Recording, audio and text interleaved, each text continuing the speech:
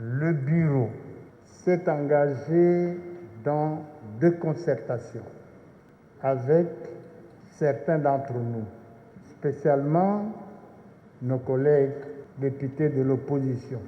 Nous avons cheminé ensemble jusqu'à la répartition des compétences au sein de la Commission électorale nationale indépendante entre l'opposition et la majorité d'une part et d'autre part entre la société civile. Nous avons déterminé ensemble la composition de la CENI en raison de 15 membres, dont 5 à la société civile, 4 à l'opposition et 6 à la majorité. Nous avons tous fait preuve là de bonne foi et nous sommes arrivés à adopter, à voter cette loi qui a été promulguée par le chef de l'État. Nous sommes à présent dans l'application de cette loi.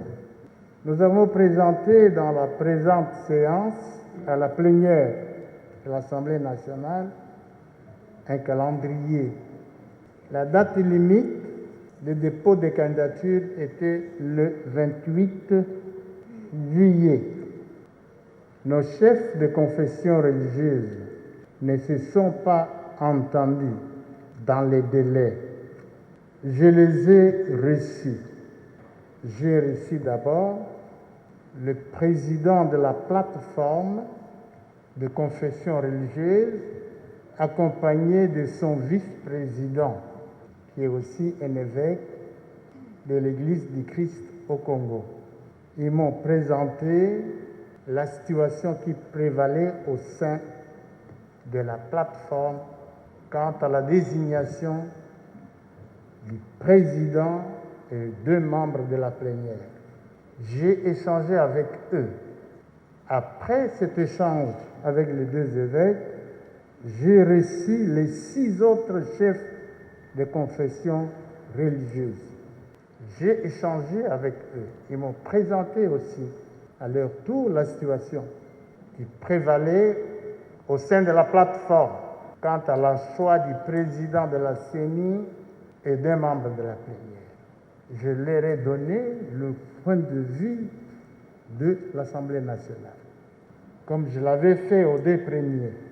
Les 6 confessions religieuses avaient un PV. Ils voulaient me déposer un PV. Après le désaccord, et ils ont passé au vote. Je leur avais dit, donnons encore une chance au consensus. Je les ai priés de ne pas déposer les PV qu'ils avaient, mais qu'ils me laissent le temps de réfléchir. Après, ils m'ont écouté. Ils sont partis avec leur PV. Un PV dans lequel ils avaient procédé à un vote désignant des membres de la CENI. Quand je suis resté, après réflexion et consultation, j'ai décidé, avec l'accord de tous les membres du bureau, que nous accordions 48 heures aux confessions religieuses. Nous avons accordé 48 heures aux confessions religieuses. Monseigneur le président de la plateforme a écrit, moi aussi j'avais écrit à chaque chef de confession religieuse. Par après, le président de la plateforme a écrit, ils se sont réunis pendant 2 jours. Ils m'ont apporté un PV. Après, les autres 6 confessions religieuses ont aussi apporté un PV. S'étant les 48 heures qui étaient accordées aux confessions, les autres composantes en avaient aussi bénéficié. La société, les autres membres des autres branches de la société civile ont déposé leurs dossiers. Les autres composantes aussi ont déposé leurs dossiers. Ce qui fait au total aujourd'hui, nous avons des dossiers de parties prenantes à part les FCC qui n'ont pas déposé, qui tirent prétexte sur le climat qui prévaut au sein des confessions religieuses.